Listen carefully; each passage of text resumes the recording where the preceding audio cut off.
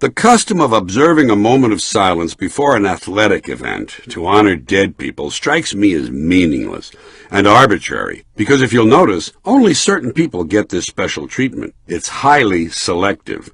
Therefore, I've decided that someday, when the time comes that every single person in the world who dies receives a moment of silence, I will begin paying attention. Until then, count me out. It's ridiculous. Here's what I mean. Let's say you live in Cleveland and you decide to go to the Browns game. There you are in the football stadium with a hot dog and a beer, ready to enjoy the action, and a somber-sounding public address announcer interrupts the festivities, intoning darkly, "Now, ladies and gentlemen, we ask that you remove your hats and join us in observing a moment of silence for the 43 unattractive, mentally retarded, overweight Bolivian dance instructors who lost their lives this morning in a roller coaster accident at an amusement park near La Paz."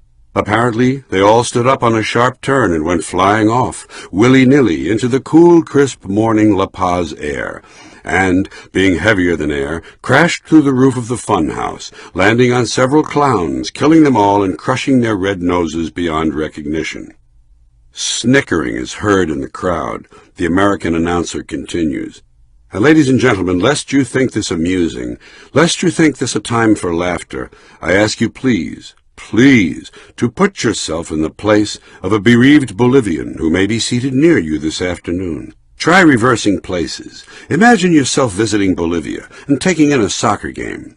Imagine yourself seated in the stadium with a burrito and a cerveza, ready to enjoy the action, and a somber-sounding Spanish public address announcer interrupts the festivities, intoning darkly, "Señores and señoritas, we ask that you remove your sombreros and join us in observing un momento de silencio for the 43 mentally retarded, overweight, unattractive American meat inspectors who lost their lives this morning in a Ferris wheel accident at a carnival near Ashtabula, Ohio." The Spanish announcer continues. Apparently, the huge wheel flew out of control, spinning madly, flinging the poor meat inspectors off willy-nilly into the hot, humid Midwestern air.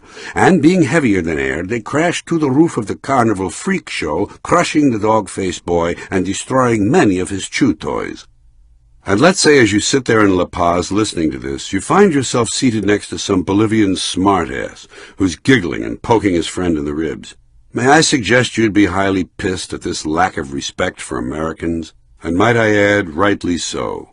And so, ladies and gentlemen, considering the many grieving Bolivians who may be seated among you today, and trying to keep in check that normal human impulse to laugh heartily when another person dies, let us try again, really hard this time, to observe a moment of silence for the 43 unattractive, mentally retarded, overweight Bolivian dance instructors who went flying willy-nilly off the roller coaster in La Paz, not to mention the poor unsuspecting clowns who at that time were innocently filling their water pistols. You can see the problem either announcer would face. The fans would simply not be able to get into it. But I understand that.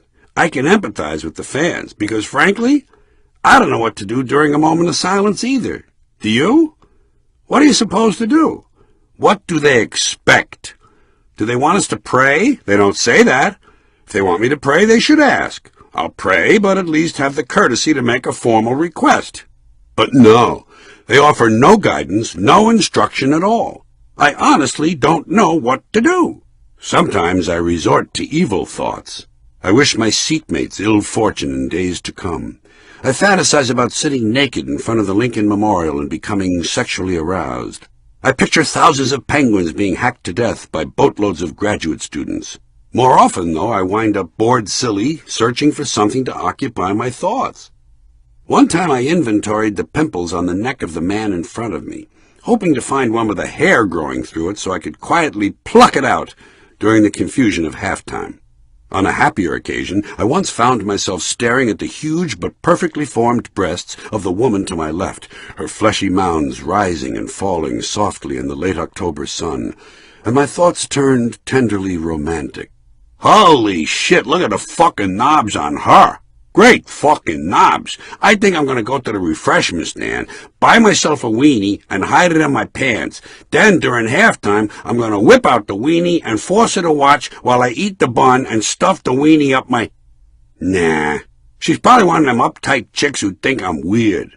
She doesn't know the problem is I'm shy. Those are my thoughts, and I can't help it. During a moment of silence, my imagination runs away with me. I don't know what to do. And why is it silence they're looking for? What good is silence? The ones being remembered are already dead. They're not going to wake up now. Why not a moment of screaming? Wouldn't that be more appropriate for dead people? Wouldn't you like to hear 60,000 fans screaming? Ah!